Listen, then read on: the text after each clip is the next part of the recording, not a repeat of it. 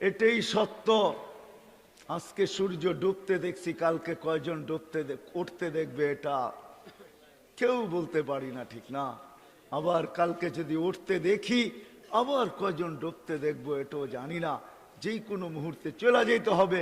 এই জন্য আসেন আজকের থেকে প্রতিজ্ঞা করি, মুহাম্মদুর রাসূলুল্লাহ সাল্লাল্লাহু আলাইহি ওয়াসাল্লাম দিছেন আল্লাহ এই ছোট্ট জীবনটাকে গড়ার জন্য, প্রস্তুতি নেওয়ার জন্য। এই জন্য প্রতিজ্ঞাবদ্ধ হই যে আজকের থেকে প্রস্তুতি ইনশাআল্লাহ নিব। আর প্রস্তুতির সবচেয়ে বড় উপাদান হলো 5 ওয়াক্ত নামাজ।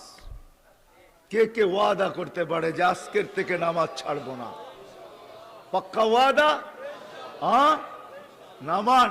শেষ কথা বলতেছি, আপনি ছাড়তে পারো যুবক, তুমি, তোমার ইচ্ছা, আল্লাহ ইচ্ছা স্বাধীনতা দিছেন, তুমি ছাড়তে পারো। কিন্তু এই কথা মনে রাখো, শুকর সকালবেলা উঠা আল্লাহকে বলে, আল্লাহ খলাক্তানি আফতারা খালকি, তুই আমাকে সৃষ্টির ভিতরে সবচেয়ে নিকৃষ্ট তৈরি করছিস, তারপর লাকাল হাম, তোরই প্রশংসা। কিন্তু মালিক, আমার চোখে আমার চেয়ে একজন নিকৃষ্ট আছে। আল্লাহ বলে, সে কে? বলে, 5 বেলা যাকে ডাকেন তারপরও আসে না, ও আমার চোখে আমার চেয়েও নিকৃষ্ট।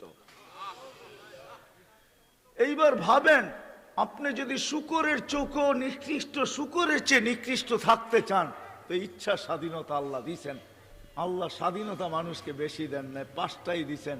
একটা ইচ্ছা স্বাধীনতা মানুষকে দিছেন।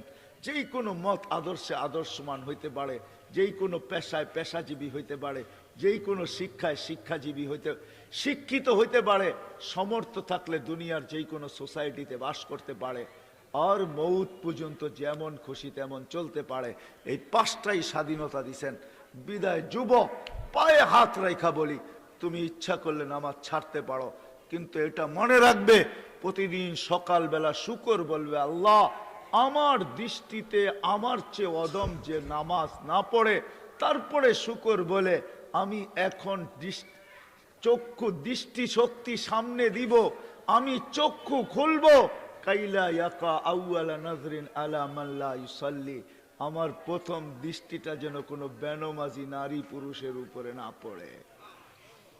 এইবার ভাবে, বিদায় ইচ্ছা স্বাধীনতা আছে, আপনি নামাজ নাও পড়তে পারেন, মৌত পর্যন্ত আল্লাহ কিচ্ছু বলবে না।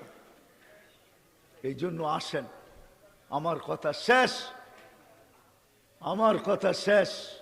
ওয়াদা ছিল, চলে আসছি, তাহলে আমায় আসার মতো ছিলাম না। আজ কয়েকদিন ধরে আমি অসুস্থ, ওষুধ চলতেছে, কিন্তু ওয়াদা ছিল। তাও ওয়াদাটা ডাইরেক্ট এদের সাথে না, কোনো এক মাধ্যমে ওয়াদা ছিল, যার কারণে আমি চলে আসতে বাধ্য ছিলাম। এই জন্য এতটুকুই শেষ করতে চাইতেছি, আসেন, প্রস্তুতি নেই, জীবনটাকে গড়ি মুহাম্মদুর রাসূলুল্লাহ সাল্লাল্লাহু আলাইহি ওয়াসাল্লাম গড়ার জন্য। সবচেয়ে বড় পাথেয় আল্লাহ রসুলের আদর্শ শিখি, সুন্নত শিখি। কসম খোদার, এই উম্মতের জন্য সুযোগ আছে। আল্লাহর রসুল নিজে বলে গেছেন, এক জমানা আসবে 100 ভাগের 10 ভাগও যদি মানতে পারো, তো 10-এর বদলায় 100 নাম্বার দিয়ে আল্লাহ পাশ করাবে।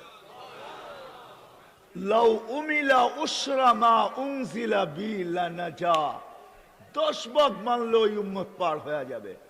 কোন কোন ক্ষেত্রে তো আল্লাহ এটাও বুঝাইছেন যে 10 ভাগ না, আমার বন্ধুর 1 সুন্নত যদি আমার কাছে গ্রহণযোগ্যতা পর্যন্ত পৌঁছাইতে পারো, তাইলে 1 সুন্নতের বদলায় আমি মাফ করে দিব। 1 সুন্নতের বদলায়। প্রমাণ, আবু দাউদ রহমতুল্লাহ আলাইহি 1 সুন্নতের বদলায় 2 টাকা খরচ করছেন। ওলামাদেরকে জিজ্ঞাসা করেন, 1 সুন্নতকে আদায় করছেন, আল্লাহর কাছে কবুল হইতে দেরি, উপর থেকে আওয়াজ আসতে দেরি হয় নাই, আবা দাউদ কদ গফরনা লাক, আবু দাউদ তোমাকে মাফ করে দিলাম। 1 সুন্নতের কারণে মাফ পাওয়া গেছে। কিতাবে আছে, সাদা দাড়িয়ালা কবরে গেছেন, জামানার শাইখুল হাদিস মুহাদ্দিস। আল্লাহ জিজ্ঞাসা করছে, ওই বুইরা কি নিয়ে আসছ? বেশি কিছু নিয়ে আসি নাই, সাদা দাড়ি নিয়ে আসছি, শুনছি আপনি নাকি দেখলে লজ্জা পান। সনদ সহ বলছে, তো আল্লাহ বলছে, আল্লাহ সনদ শুনাইছে, ও সত্য বলছে, ও